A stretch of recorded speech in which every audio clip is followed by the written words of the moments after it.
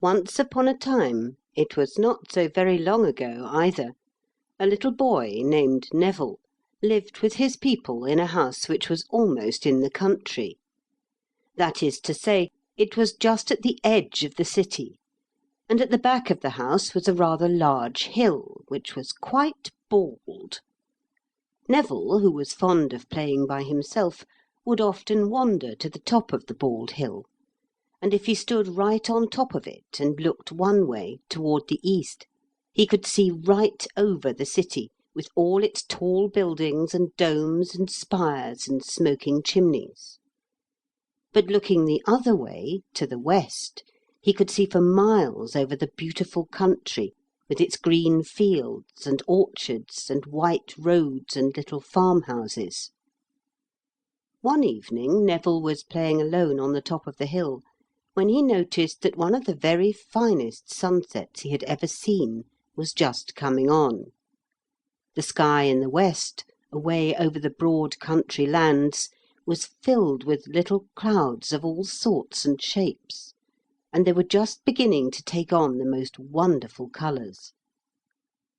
Neville had often before amused himself with watching clouds and the strange shapes into which they changed themselves, sometimes like great mountain ranges, sometimes like sea waves, and very often like elephants and lions and seals, and all manner of interesting things of that sort. But never before had he been able to make out so many animal shapes in the clouds. The sky was almost as good as a zoo. There were kangaroos and elephants, and a hen with chickens, and wallabies and rabbits, and a funny man with large ears, and all sorts of other peculiar shapes. The sun was sinking behind a distant range of hills, where a golden light shone out as if through a gateway. It was so much like a great golden gateway that Neville fell to wondering what might be found on the other side of it. Suddenly, right in the middle of all the coloured clouds, he saw one little cloud which was perfectly white. And as he watched it, he noticed that it seemed to be shaped like a small horse. A very small horse it seemed at that distance, but as Neville gazed it grew bigger and bigger, just as if it were coming toward him very fast, and he was almost certain he could see its legs moving. That startled him a little, and so he rubbed his eyes to make sure that they were not playing him tricks. When he looked again, he was more startled than ever, for the little white cloud was no longer a cloud, but a little white horse in real earnest. Besides, it had just left the sky and was galloping down the mountain range which he could see away in the west. In 2 minutes it had left the range and was coming across the fields towards him, jumping the fences, dodging under the trees, and racing across the plain, with its white mane and tail tossing as it came. It seemed to be making straight for him. He was not really frightened, you must not think that about him, but he was just beginning to wonder if it were not nearly time to go home to dinner, when he noticed that the white horse had stopped, just at the foot of the bald hill. It was looking up at him, tossing its head and pawing the ground, the most beautiful white horse that he had ever seen, even in a circus. Then it appeared to get over its excitement and began to trot quietly up the hill toward him. I do not think any one would have blamed Neville if he had decided then to go home to dinner at once. But he was rather a brave boy, and he was certainly very curious, so he just stood still and waited. And here is where the most wonderful part of the story begins. The white horse trotted up to Neville and spoke to him. That would surprise most people, and Neville was certainly as much surprised as any one else would have been. "What are you frightened of?" asked the white horse in a loud voice. Now, Neville was just a little frightened by this time, but he was not going to show it, so he just said, "Who's frightened?" "You're frightened," said the white horse, louder than ever. "You're only a timid little boy. I thought when I saw you in the distance that you were one of the plucky ones, but I was mistaken. You're just a little cowardly custard." "You'd better be careful who you're talking to," said Neville, suddenly losing his fear. Little boys do not always talk good grammar, otherwise he would have said whom, not who. He hated to be called a cowardly custard. "You'd better be careful, or I'll give you a bang." "Aha!" cried the white horse. "Very brave all at once, aren't you? All the same, you're afraid to come near and stroke me." "But I don't want to stroke you," said Neville. "I thought not," replied the white horse. "I thought not. The moment I got close to you. You're one of the frightened ones, and I've been wasting my time." "Who's frightened?" said Neville again. "You asked that before," replied the white horse, "and I told you. If you're not frightened, come along and stroke me. There's nothing to be afraid of." So Neville walked right up to the white horse and stroked his shoulder. And at once he felt that he had been foolish to hold back. For of all the smooth, soft, silky coats he had ever stroked, that of the white horse was certainly the smoothest and the softest and the silkiest. He felt that he could go on stroking it for hours. "There now," said the white horse, in a voice as soft and silky as his coat. "There was nothing to be afraid of, was there? And I think that perhaps I was mistaken about you.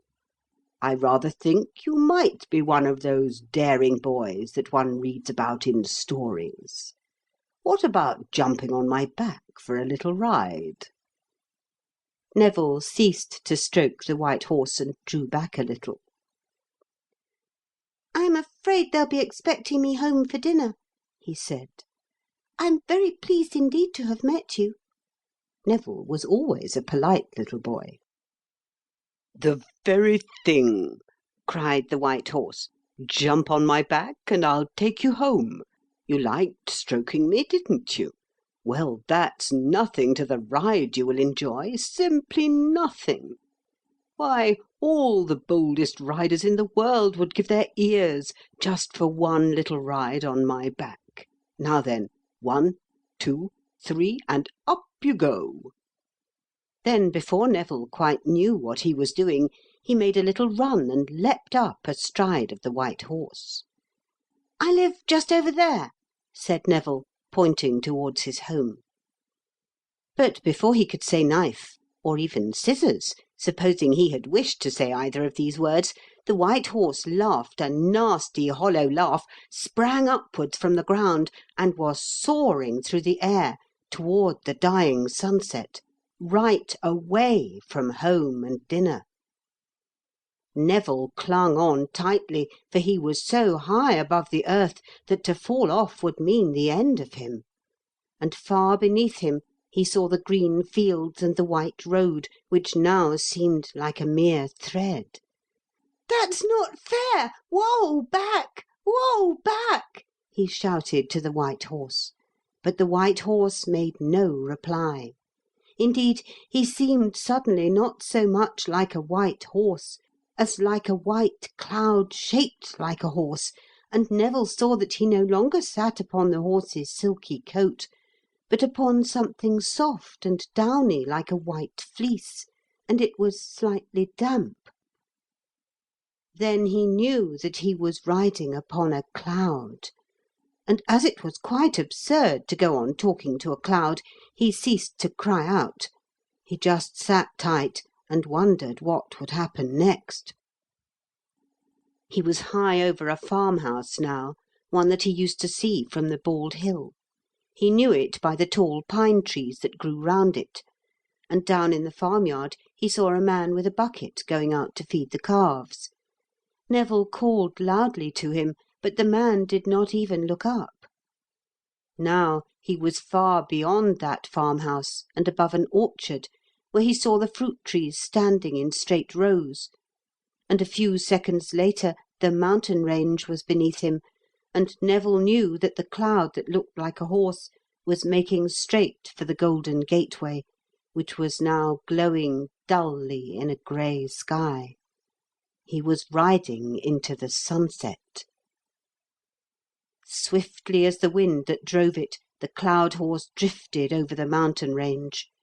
There was a sudden glow of golden light all about him, and then a flash of colour so wonderful that Neville could not bear to look. He closed his eyes, and as he did so, he felt that the cloud horse had come to a halt at last. So Neville sat upon the cloud, not daring to open his eyes for quite a long time. When at last he did look again, he almost fainted with the wonder of it. He was inside the sunset. But scarcely had he begun to enjoy the wonderful sight when he was startled by the sound of a funny, shrill little voice close by his side. Looking down, he saw a strange little man, no taller than a walking stick, and dressed from top to toe in golden yellow clothes. "My stars!" said the wee yellow man. "How did you manage to get in here? Don't you know this is private?" "I'm very sorry," said Neville, "but I couldn't help it. The cloud horse brought me, you know." "Ah," said the wee yellow man. "He tricked you, did he? He's much too playful, that cloud horse, and I must say he's put you in a pretty fix." "Excuse me," said Neville, "but do you mind telling me who you are?" "I?" cried the little yellow man. "Why, I'm the last sunbeam, of course. I thought you knew that. My job, you know, is to shut up the show when the sunset is over. And it's pretty hard work, I can tell you, because I've got to keep on doing it all round the earth every few minutes or so. And it gets very tiresome at times. Would you believe it? I've never seen a dawn or a bright midday in all my life. Just sunsets all the time. Sunsets for breakfast, sunsets for dinner, sunsets for supper. And if I make the tiniest little slip, the head scene shifter is down on me like a ton of bricks." "Goodness me," said Neville. "I didn't know you had scene shifters here." Neville had been to see pantomimes, and therefore knew what a scene shifter was. "Then how do you think we shift the scenes?" cried the wee yellow man rather crossly. Then he suddenly became very busy about nothing, as he whispered, "Look out! Here's the head scene shifter coming now." Looking back, Neville saw coming towards them a man with very large ears. He was not a nice-looking man, and he was extremely like the cloud man that Neville had sometimes seen in the sky when he went to look at the sunset from the bald hill. Now then," roared the man with the large ears. "Move yourself there, Goldie. We shut up the show here in a few minutes and open at once on the next range. See that you have that curtain down on time." "Certainly, sir," replied the little yellow man very humbly.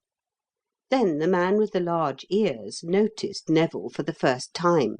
He frowned darkly, and his big ears seemed to flap with annoyance. "Who is this on our cloud horse?" he roared in his great angry voice. "Just a little boy," said the yellow man, for Neville was far too frightened to speak. "Just a little boy that the cloud horse has been playing tricks on. I think he'd like to be getting home. Just over by the bald hill, if you don't mind, sir." "Certainly not," shouted the man with the large ears. "The cloud horse is not to go out there again tonight, nor the silly little boy either. I'm not going to have the sunset upset by any such silly nonsense. You mind what I say and attend to your work." And without another glance at Neville, the man with the large ears strode off to arrange for the sunset on the next range, miles and miles away. Neville gazed at the wee yellow man hopelessly, and the wee yellow man gazed at Neville, and neither spoke a word until the man with the large ears was well out of the way. Then the last sunbeam grew quite cheerful again. "Well," said he, "you heard what the head scene shifter said. You certainly can't go home by the way you came. The only thing for you to do is to go round. You'll just about have time to do it, if you hurry." "Go round?" repeated Neville in a puzzled voice. "Go round what? Round where?" "Round the world, of course," replied the little yellow man. "Round the world?" cried Neville. "Why, you must be making fun of me, and I think that is very unkind." "Not a bit of it," laughed the little yellow man. "You need not make such a fuss about it. Why, I go round the world once every day with the sunset. You have only to go a bit faster so as to do it in a few minutes, and with the cloud horse to help you, that's easily managed. Don't you worry about the cloud horse. He has got to do just whatever I tell him. Now excuse me for one moment, and I'll give you full directions." With that, the wee yellow man went behind a pink cloud, and came back with a beautiful blue flower in his hand. "This," he said, handing the flower to Neville, "is a sky flower. It is made entirely out of a genuine piece of sky, and it is a talisman.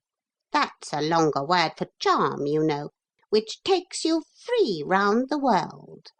The one thing you have to remember is that you mustn't on any account lose that flower until you get home again. Now just exactly what you have to do is to travel west and race round the world until you catch up with this evening again. It is quite simple." "Simple?" cried Neville. "Why, I don't understand it at all." "Dear me," said the wee yellow man rather impatiently. "You are very dense. Now listen carefully. The world, you know, turns round from west to east, and that makes it seem as if the sun is going round the world from east to west. Very well.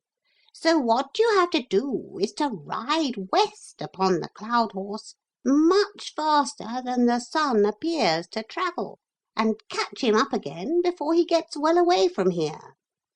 The cloud horse is in good condition, and you should easily do it in a few minutes." "A few minutes!" gasped Neville. "Keep quiet and listen," snapped the wee yellow man. "A few miles west from here you will come into broad daylight. That will be afternoon. After that you will meet midday, and passing that you will reach the place where it is only dawn. That's about halfway round the earth. Show the sky flower to the porter of the dawn, and he will let you through. Then you get to the half of the world where it is night, and you must race round that till you reach the place where it is only evening. That will be this evening, somewhere about here, for you will have taken only a few minutes altogether. And when you see your own home or the bald hill again, grasp the sky flower tightly in your hand, jump off the cloud horse, and you will float gracefully down to the earth. It won't hurt you. Then you can go home, and I hope you will not be late for dinner." "But," began Neville, "I can't understand—" "My time is valuable," said the wee yellow man as he shook hands. "Good-bye, and a pleasant journey." With that he smacked the cloud horse smartly on the flank, and in a moment it was racing into the west at a most terrific pace. Of course, now that aeroplanes have been invented, flying is not thought so wonderful as once it was. But loafing along through the air in a biplane or a monoplane at 80 or 100 miles an hour is a very tame business when you compare it with racing the day round the world on a cloud horse. And Neville is very probably the only person who has ever done that yet. Almost before he knew what had happened, he had left evening far behind and was riding in broad daylight. The cloud horse had ridden high in the air, and Neville saw the broad country with plains and hills and forest lands stretched far beneath him. An instant later, and the land was no longer below him, but the wide sea, sparkling in brilliant sunlight. Before he had time to notice very much, he had reached midday, high over a strange foreign land, and was racing through the morning toward the dawn. So quickly did he go that there was little chance of seeing anything clearly, but he had glimpses of many strange sights.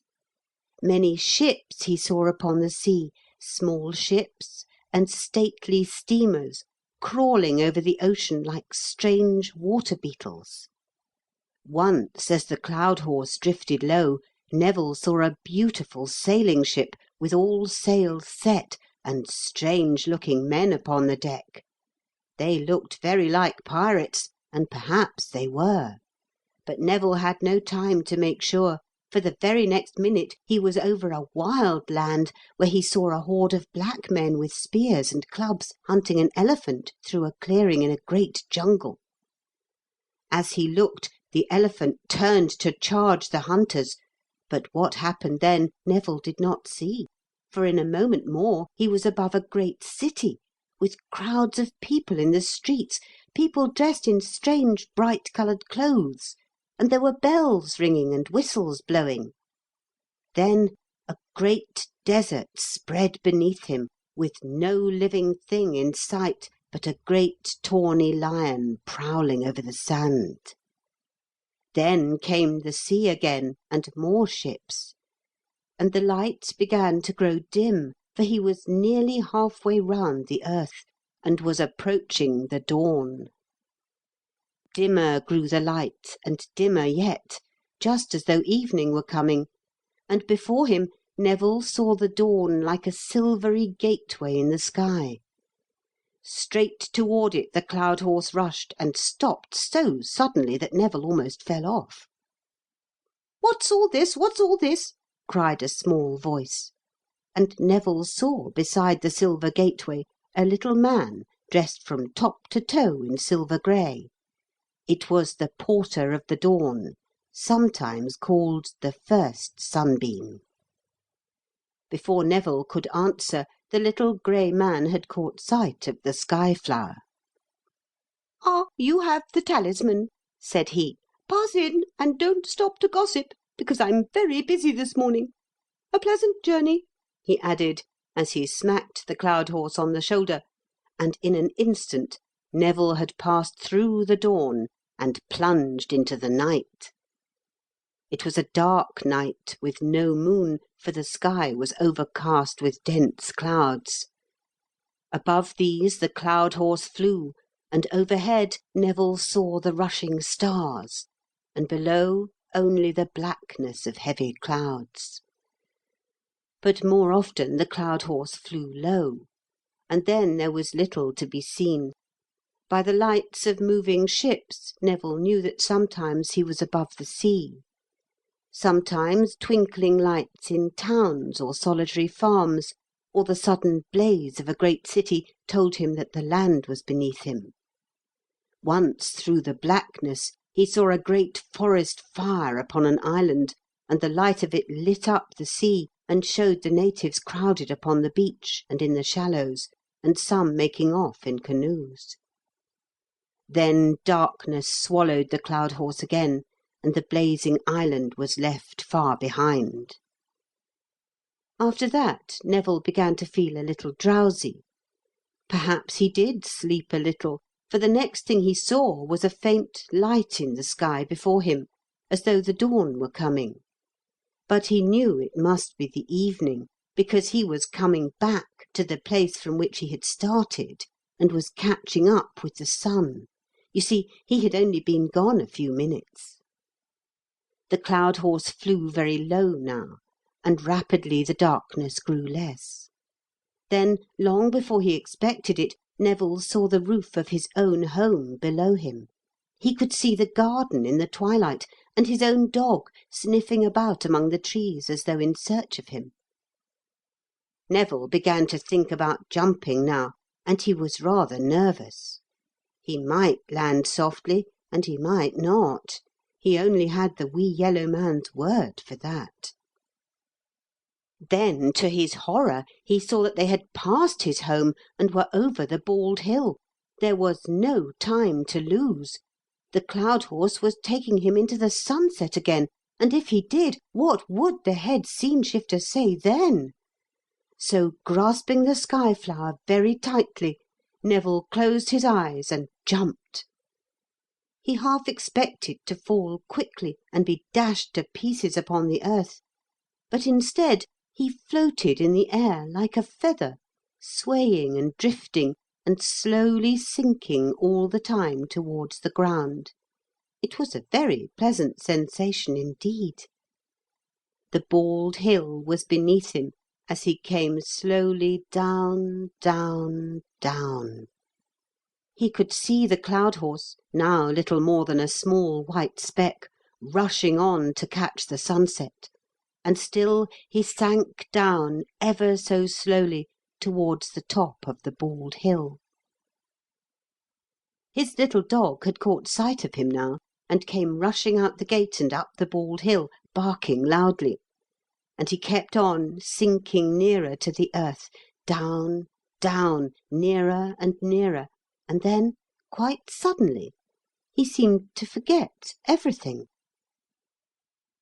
The next thing Neville remembered was feeling something wet and warm upon his cheek. He opened his eyes and saw that the little dog was licking his face. Sitting up, he looked about him. He was in the grass on the top of the bald hill. Night was very near, and the first star was just beginning to twinkle. Then, quite suddenly, Neville remembered the cloud horse, and the little yellow man, and the little silver man, and the head scene shifter, and the wonderful journey, and all the rest of it. "Well, what a remarkable dream!" said Neville, stretching his arms, and as he did so, the sky flower fell from his hand. So it was not a dream after all, for if it was, how could he explain that sky flower?